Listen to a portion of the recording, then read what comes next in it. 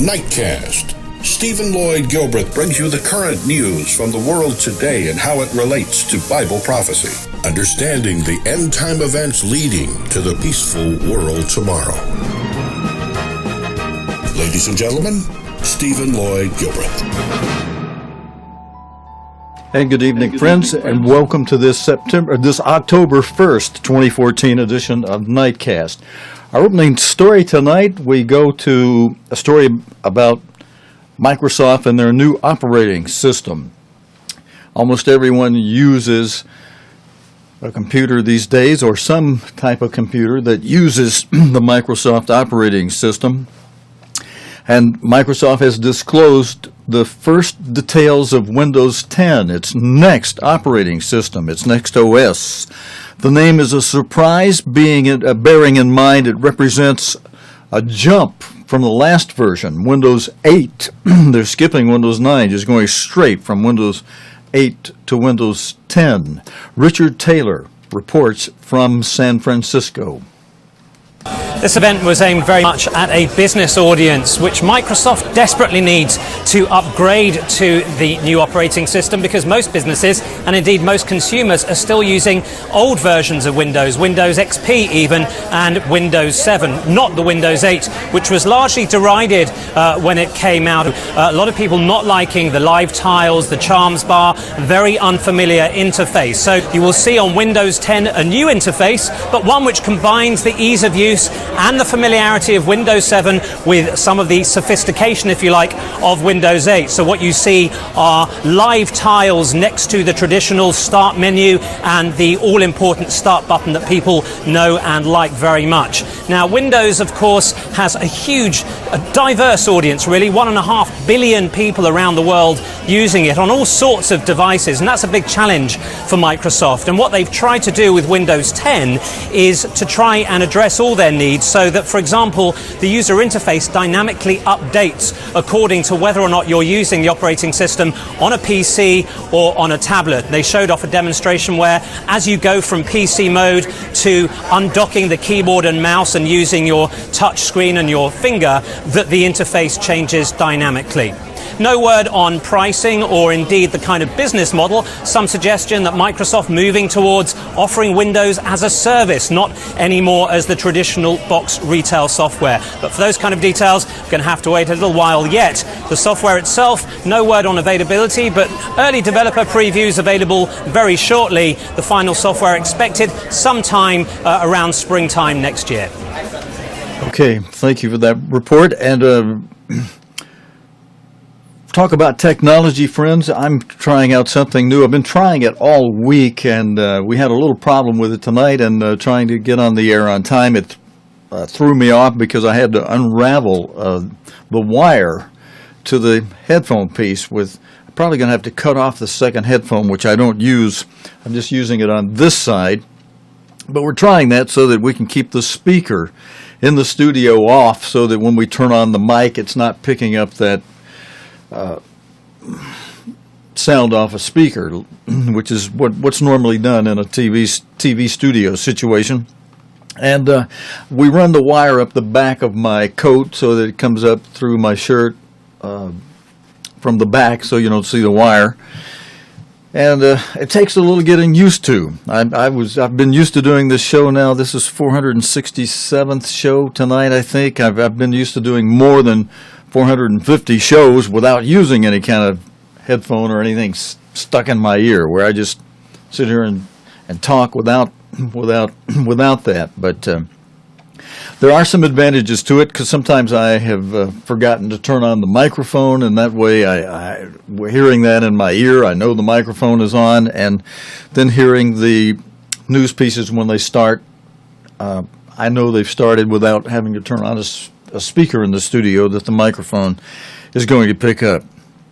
Our next story, friend, let's get right into it. We got a lot of stories tonight, so let me jump right into the next one. It relates to the pale horse. We're not relating it to the red horse, not yet.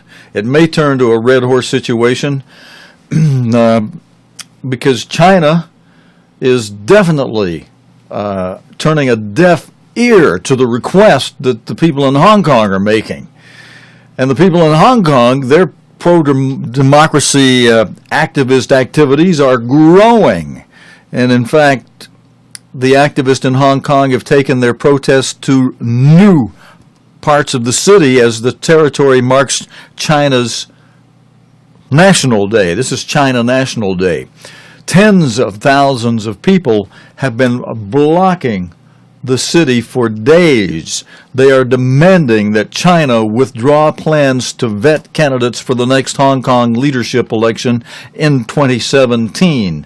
That's the same year that France is supposed to be coming into line with the EU rule to have their deficit, their debt deficit to GDP ratio under 3%.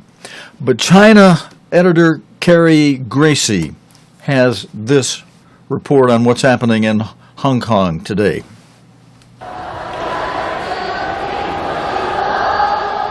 It's National Day, but there's not a Chinese flag in sight. 65 years ago, Chairman Mao said the Chinese people had stood up.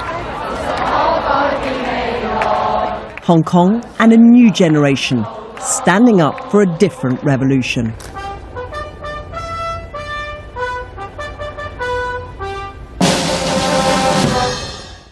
To see the Chinese flag on National Day, you had to come here. A ceremony to remind Hong Kong that however different its way of life, it's still part of China. She tells me it's a day to celebrate national unity. But outside, disunity made its presence felt. Hong Kong's leader won't talk to the protesters, but they came to make their point anyway. In Beijing, a made-for-TV celebration to demonstrate the might of the Communist Party. No pictures of Hong Kong's protesters or of the 20 mainland sympathisers detained. Nothing to ruffle stability. This is no longer a party of revolution, it's the establishment. Hong Kong wants one man, one vote, but President Xi Jinping already has it. He's the man, and his is the only vote that counts. Not for long if they have their way. Tonight they're threatening to occupy government buildings. Is this movement now too big to fail? He says no compromise. They won't go home unless Hong Kong's leader resigns and China drops its plan to vet his successor. But China won't give in either. It feels it can't, otherwise it will get this on the mainland. We just need to keep our momentum of the movement, and now the whole world is watching, looking at Hong Kong and Beijing. No one here ever imagined that so many of them would be prepared to break the law for the idea of freedom. No wonder the impossible now seems possible. On the anniversary of one Chinese revolution, there's talk of another. Carrie Gracie, BBC News, Hong Kong. Okay, thank you very much, Carrie Gracie. And friends, we have related to this, we have got some footage that was filmed by a drone. It's captured the scale of Monday's pro-democracy protest in Hong Kong's capital, or Hong Kong's central business district. Let's roll that.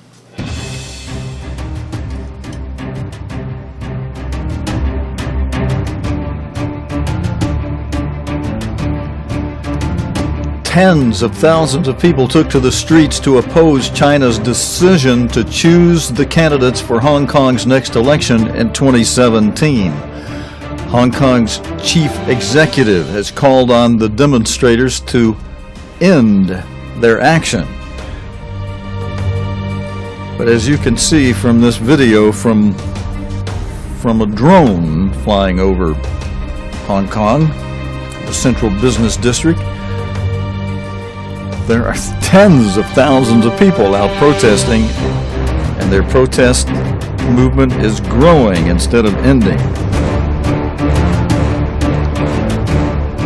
With China's past tendency can you imagine as you're seeing this drone fly over, what if the Chinese government sent in drones with machine guns on them and they just mow down all these people?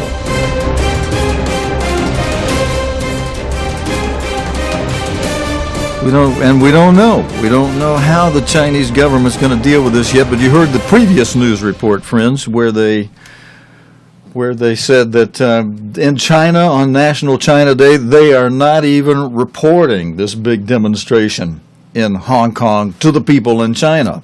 The government leaders and they're telling these people they need to back it down. And having their Hong Kong chief executive tell the people to cool it. But they're telling the chief executive he needs to stand down, and their numbers are growing. So this could prove to be an extremely interesting thing that happens next. And the United States is quickly getting themselves involved, at least vocally. In this next video, you will see United States Secretary of State Kerry speaking on the subject. As China knows, we support universal suffrage in Hong Kong according with the basic law, and we believe an open society with the highest possible degree of autonomy and governed by rule of law is essential for Hong Kong's stability and prosperity. And we have high hopes that the Hong Kong authorities will exercise restraint and respect the protesters' right to express their views peacefully. Hong Kong affairs are China's internal affairs. All countries should respect China's sovereignty. And this is also a basic principle governing international relations. I believe for any country, for any society, no one will allow those illegal acts that violate public order. Okay, Fritz, so there's the situation on that in China, with the United States Secretary of State taking a position that pro-democracy. He's taking a position with those people on the streets in Hong Kong. And that'll further just put a gulf between the United States and the government of China. Well, to mention the United States, children have come into contact with the first patient to be diagnosed with Ebola on U.S. soil. So says the governor of the state of Texas. At a news conference, Rick Perry said the children were being monitored at home for symptoms. The patient went to a Dallas emergency room on Friday and explained he was visiting from Liberia but was sent home with antibiotics. Alistair Lighthead reports on the search for people he came into contact with while infectious. It's here Thomas Eric Duncan came to from Liberia to stay with family. Now he's in an isolation ward at a nearby hospital, critically ill with Ebola. For 4 days he was sick and infectious. He went to a doctor but was sent home with antibiotics. Neighbors are worried. I heard it yesterday in the news. Actually, they say it's the first Ebola is coming from Liberia, the guy from Dallas, but I don't know in this place. Right now, you scare me, you know. Yeah. They need to get rid of it if it's making him sick. I don't want to get sick, you know what I mean? So, they need to try to get rid of it as soon as possible so it won't affect other people. Yeah. Somebody need to come and let us know something was really, if it's contained, if it's not contained, if he's contained, we need to know something. The search is now on to find all of those people who had direct contact with Mr. Duncan, who he met in the neighbourhood, who he greeted when he was sick. All need to be closely monitored for 3 weeks in case they've been infected. Today we learned that some school-age children have been identified as having had contact with the patient and are now being monitored at home for any signs of the disease. I know that parents are being extremely concerned about that development. But let me assure these children have been identified and they are being monitored, and the disease cannot be transmitted before having any symptoms. Tests for fever are done before travellers can leave Liberia, but he did not have symptoms and so was not infectious at that point. The government has made assurances everything's being done to stop Ebola spreading.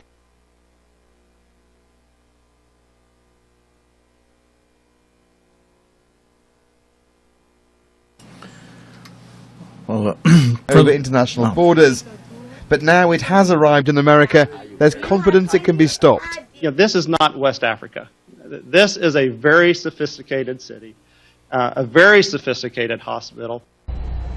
Medical staff here are doing everything they can to help Mr. Duncan recover, and a team has flown in from the Centres for Disease Control and Prevention. Their job is to find and to monitor every single person he had direct contact with. That's the only way of stopping the Ebola virus from spreading. Alistair Leithhead, BBC News in Dallas, Texas.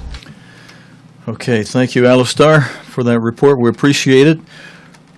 Friends, our next report relates to the EU, which has asked Lord Hill to take a very prominent position.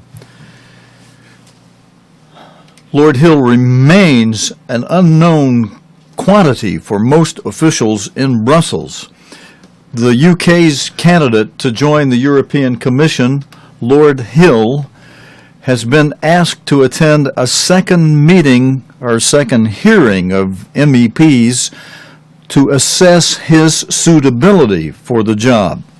The Conservative politician nominated by UK Prime Minister David Cameron is in line for a top job running financial services. Earlier today, he told MEPs, members of the European Parliament, he will act for all 28 EU member states and is not a representative of the City of London. But the Conservative group in Brussels said Lord Hill would be recalled for a second confirmation hearing next week. All 27 commissioners nominated by EU states must get their approval of the European Parliament before they can join Commission President Jean-Claude Juncker's top team. Mr. Juncker's decision to give Lord Hill the coveted brief in charge of financial services, financial stability and capital markets union was seen as a coup for the UK, given the sector's vital importance to the economy. But some MEPs worry that Lord Hill may be too close to the City of London's interest. His public cross-examination was broadcast on the BBC's Democracy Live website. I'm not here as a representative of the City of London. I am here to represent the European interest, he told MEPs at a key hearing in Brussels. I have a very clear and simple view. It is in the interest of the EU for Britain to be in it, and for Britain to be in the EU, he said. The UK's ruling Conservatives have promised to hold an in-out referendum on EU membership in 2017, provided they can renegotiate the UK's membership terms before then. Now, Chris Morris, BBC Brussels correspondent, writes the following. I'm going to read this to you. Lord Hill's performance was competent, but underwhelming. He made no catastrophic mistakes, but plenty of MEPs in the room were less than impressed by his grasp of the detail. Charming, but empty, said the Green MEP Philippe Lamberts. Perhaps Lord Hill should be given the benefit of the doubt. He's had less than 3 weeks to master a portfolio of considerable technical complexity. In fact, he was probably lucky that many of the questions were less probing than expected. There were also signs of the difficult political balance Lord Hill will have to maintain in Brussels. He described himself as a consensual, pragmatic European politician. A consensual, pragmatic European politician. Not a phrase destined to win him many supporters on the Tory backbenches in London. He promised to work in the general interest of all 28 EU countries, but many MEPs still see Lord Hill as David Cameron's man. I'm a great believer that actions speak louder than words, he told the writer of this news article.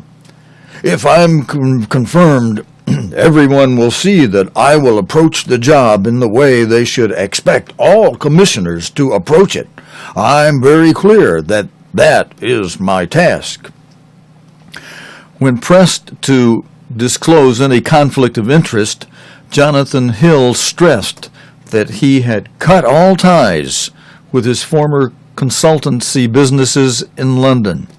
I have no shares in any business at all, and am not on the board of any company, he said. His question and answer session with MEPs lasted nearly 3 hours. But according to one MEP, Lord Hill had failed to explain how he thought the financial sector should develop, and there were, quote, many critical voices about his nomination. Jonathan Hill will not work on the vexed question of bankers' bonuses.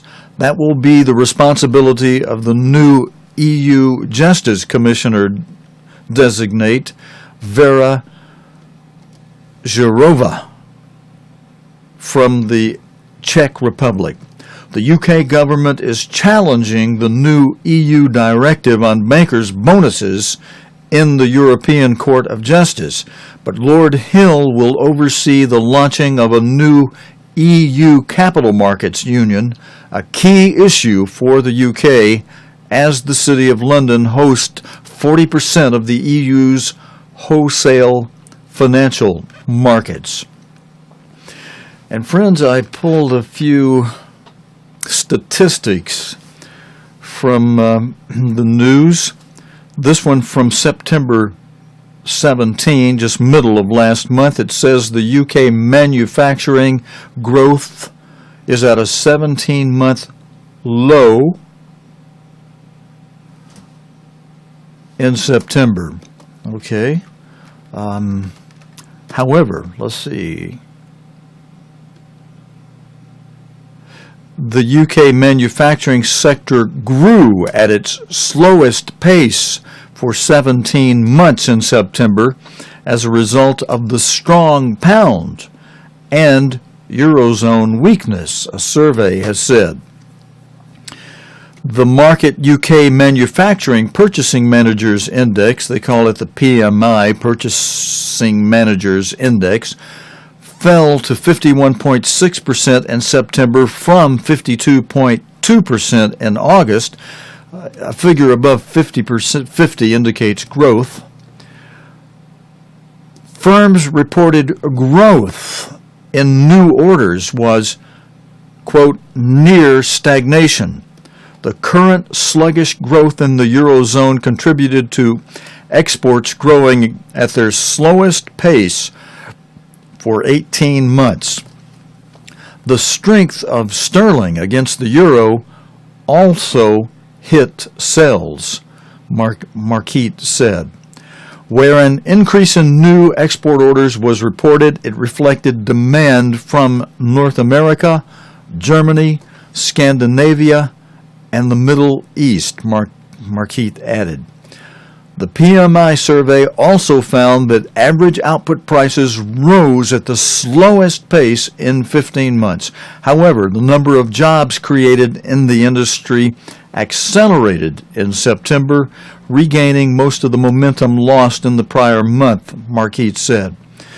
David Noble, chief executive of the Chartered Institute of Purchasing and Supply, CIPS, said manufacturers were taking a wait-and-see approach to the slowdown, but that anyone involved in supply chains will be watching carefully as we head towards the end of 2014. All right, friends, we took a look at some of those figures published by the Office for National Statistics, showing yesterday that despite a general improvement in the UK economy, manufacturing and production, alongside construction, remained well below their 2008 output peaks.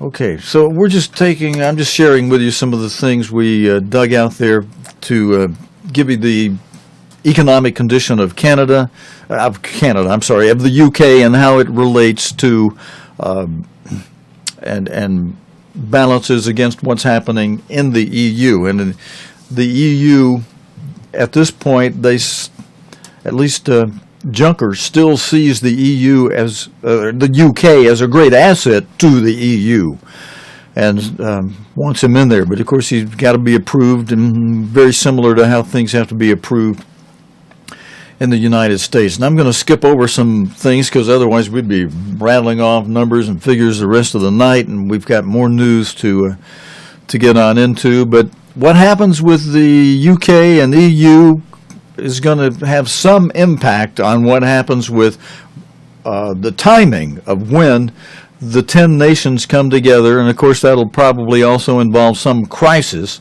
that'll really kickstart it together. And keep in mind that date we gave you last week, after the Vatican released the fact that it had received an invitation for the Pope to speak and to appear and speak before the European Parliament on November 29, and the fact that the Pope has accepted that invitation and will travel to Strasbourg and make that appearance and speak before the European Parliament on November 29.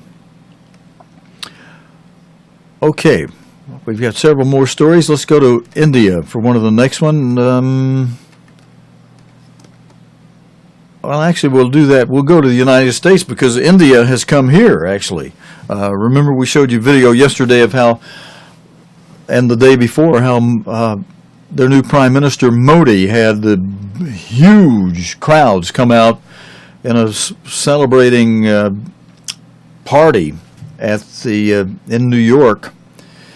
And today and yesterday, Modi and Obama met together, and as a result of that, they're pledging to deepen economic ties. Let's watch this video.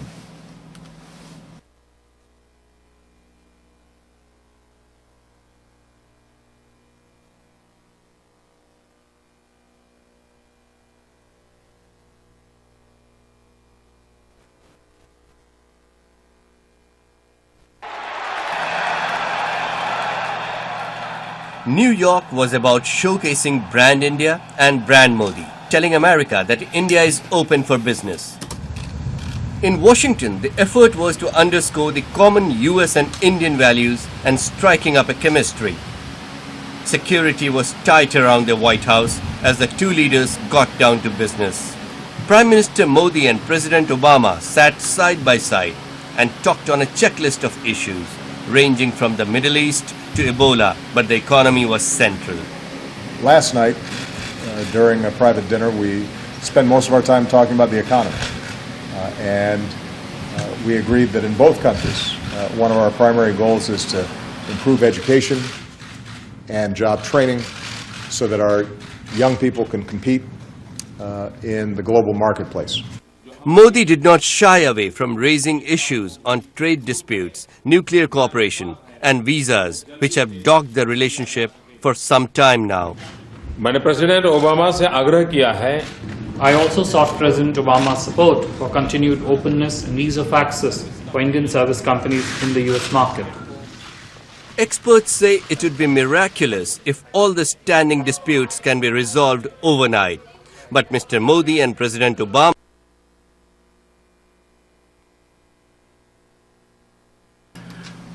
Okay, friends, my video player's been hanging up. Let's see. There's still more to this story. Let's see if it unfreezes here in a moment. It froze up for just 5 or 10 seconds earlier tonight. Just as I pulled out of it, there we go. seem to have made a promising start. The two leaders have agreed to set up a new agenda to revive this flagging relationship. While Mr. Modi has a strong domestic economic focus and the US supports that, it also expects India to be an effective strategic partner on global platforms. If the two can fit both on the same page, that would be called a success. Brajesh Upadhyay, BBC News, Washington.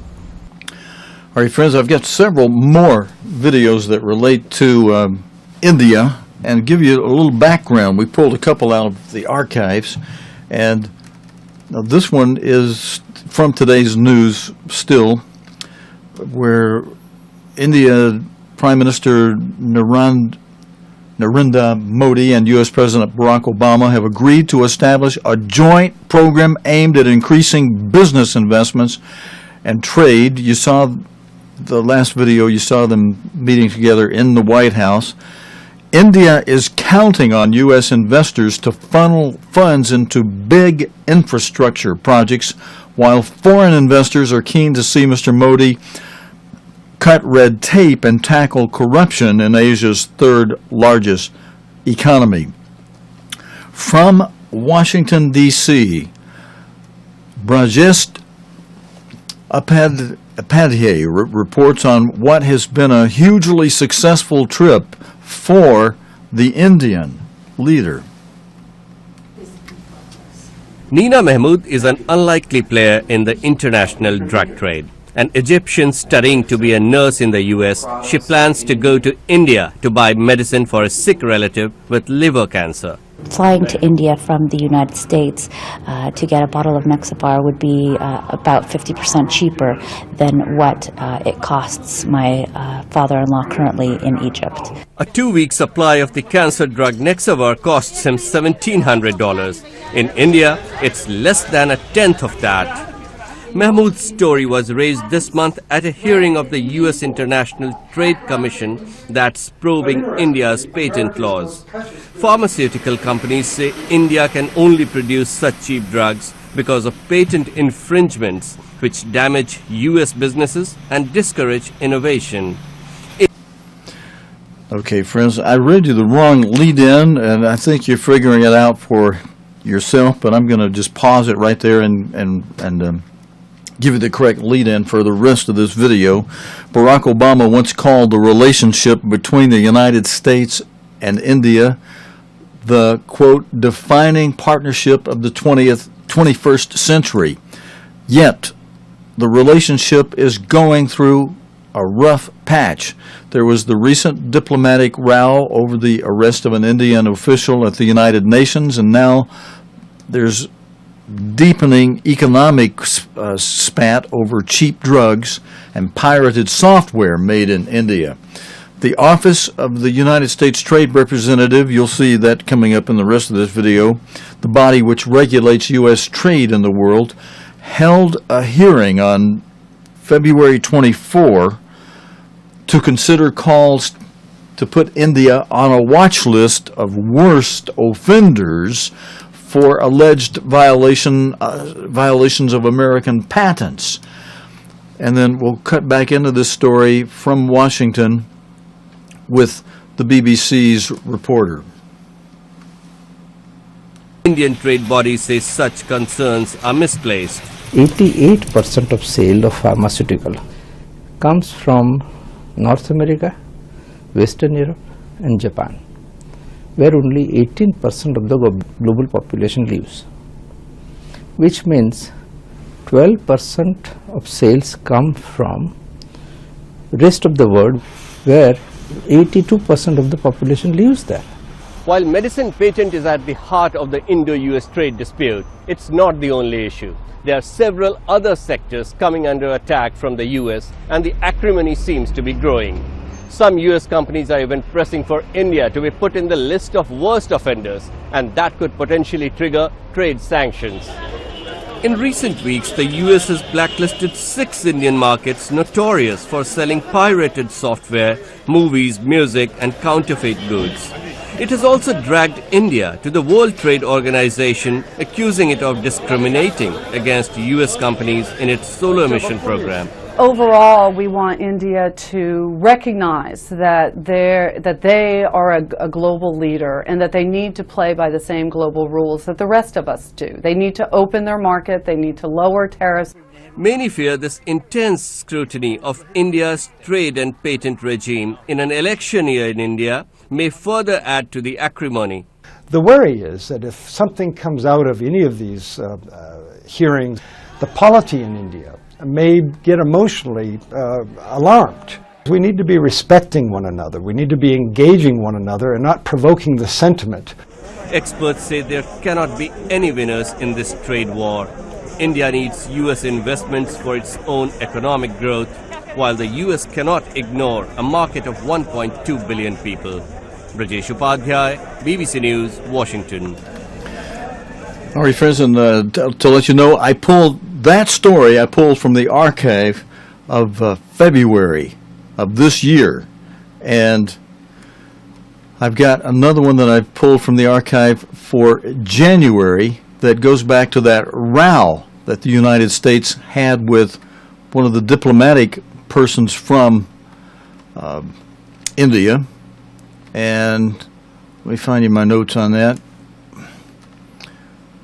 Well, I'm going to have to do this in reverse. I'm pulling this from the archive. I need to pull the archive notes up, so I'll do that while this video plays. But this video is from January, I believe January 10 this year, all the way back to January 10 this year, about the diplomatic row that the United States had with an Indian diplomat.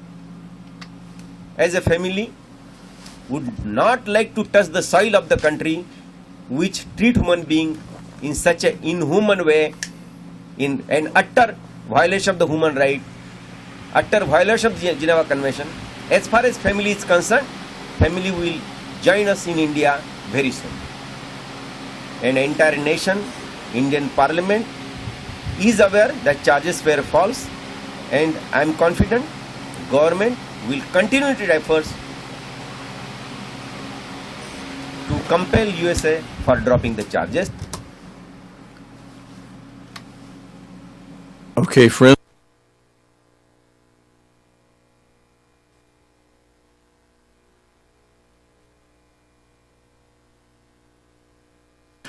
Friends, sorry, I forgot to turn on the mic. I didn't notice it with this thing here. Still getting used to this thing in my ear.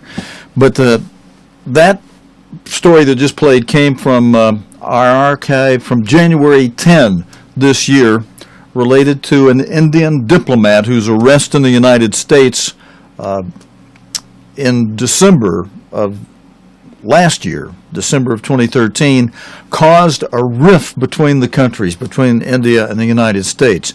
And she wound up flying back to India after U.S. authorities asked her to leave. Her Devyani Khobragade was charged with visa fraud and lying about how much she paid her maid before she left. She denied the charges. And what you just heard in this video speaking in India was her father, who insisted that she had been unfairly treated. So that gives you a little history of the way relationships have gone during the current U.S. administration between the United States and India. And here the situation all of a sudden with new Prime Minister of India, Modi, and President Barack Obama looking like they're getting along buddy-buddy. But, you know, just last month, the Prime Minister, Modi, was in Japan, cutting deals there with the government of Japan. Now, while we're talking about the United States, U.S.-led forces have been carrying out, as we've been reporting to you the past several nights, airstrikes against Islamic State militants near the besieged Syrian town of Kobane. From today's news, we find, friends, tens of thousands of people have fled across the border into Turkey since IS launched the offensive there 2 weeks ago. Paul Adams has this report from, and I'm going to put the red horse up for this report, friends, because it relates to the Second Seal War and rumors of war. Paul Adams reports from the only checkpoint of the Syrian-Turkish border where crowds of refugees can find safety and shelter. The BBC has witnessed airstrikes against IS targets from its position on the edge of Kobani. Syrian airstrikes. And then I'll have another video following this one. So this is in fact, the only crossing point where refugees from the Kobani area, from the town and the surrounding villages, can get out safely and be processed by the Turkish authorities. It's been open for several days, and as you can see, it's still absolutely teeming with people. Some of these people had left literally in the last few hours. There's a medical tent here where people can get attention. There's some paperwork where people can be processed. They're also being checked for weapons as they come in across the fence. It looks pretty chaotic, but the Turkish authorities are doing their best to move people through here. Once they've been processed, they go to the fence there. There are trucks and buses arriving that are taking them on to refugee centres further away from the border area. It is chaotic, but gradually people are managing to get out and safely. But as you can see, almost all of these people are women and children. Most of the men are staying behind, some of them to fight, some of them to look after livestock and belongings. I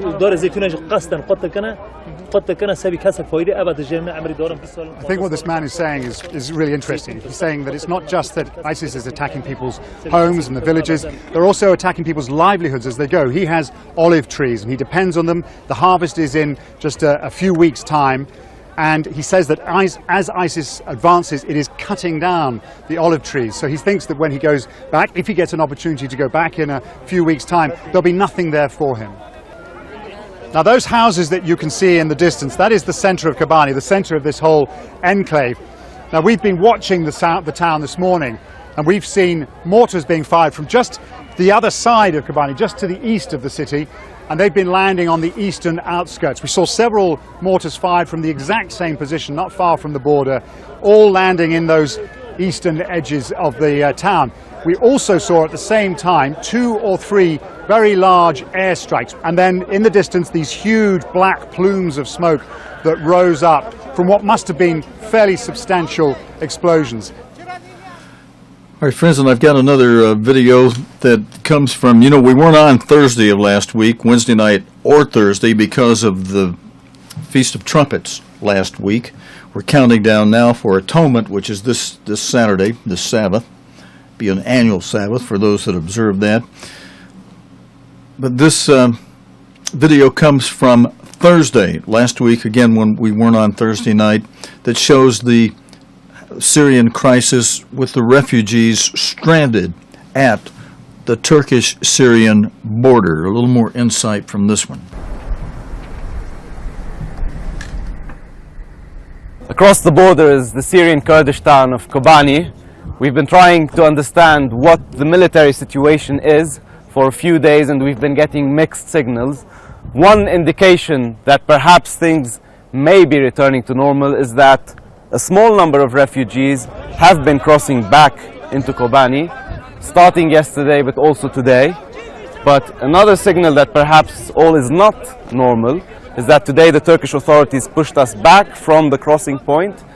Once we got here, we started hearing explosions. They could be mortar fire, they could be airstrikes, we're not sure. There are also reports that the Islamic State fighters are still trying to advance on the city. A short drive away, a trickle of refugees arrive in Turkey. Across the fence, thousands more are waiting.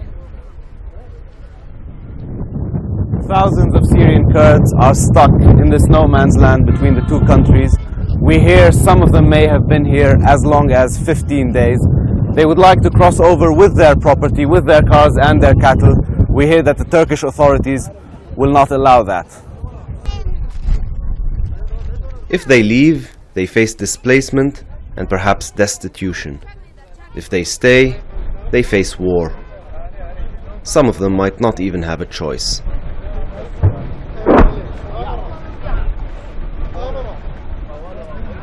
Rami Rahim, BBC News, on the Turkish-Syrian border. And friends, that's our last video report for tonight. I do have this story to report to you related to extreme skiers Auclair and Fransson, who died in a Chile avalanche. Police in Chile have found the bodies of 2 extreme skiers who had been missing since an avalanche struck a mountain in southern Chile yesterday.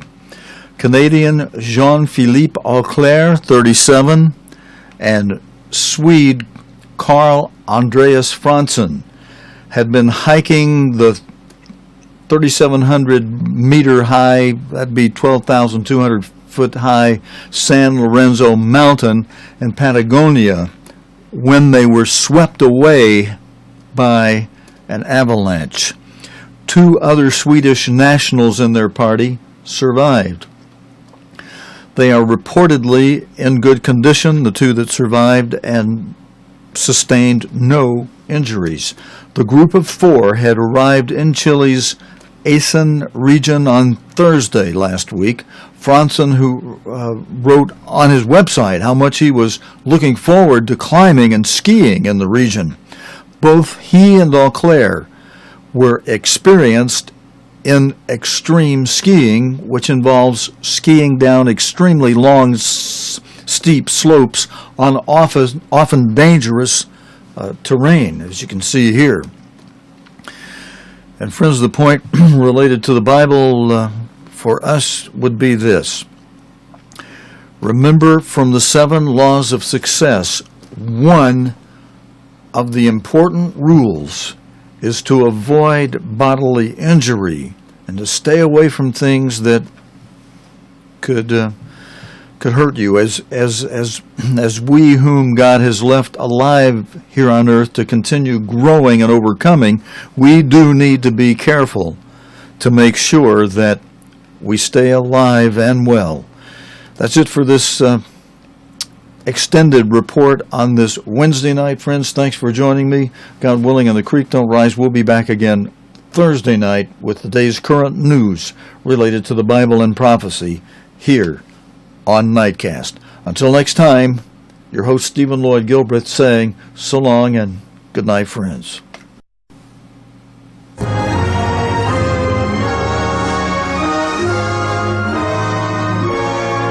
You have been watching Nightcast with Stephen Lloyd Gilbreth.